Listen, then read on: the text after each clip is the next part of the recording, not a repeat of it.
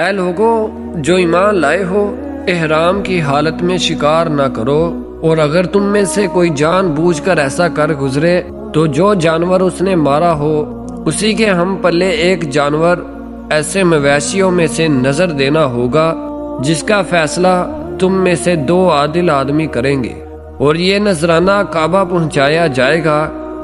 یا نہیں تو اس گناہ کے کفارہ میں چند مسکینوں کو کھانا کھلانا ہوگا، یا اس کے بقدر روزے رکھنے ہوں گے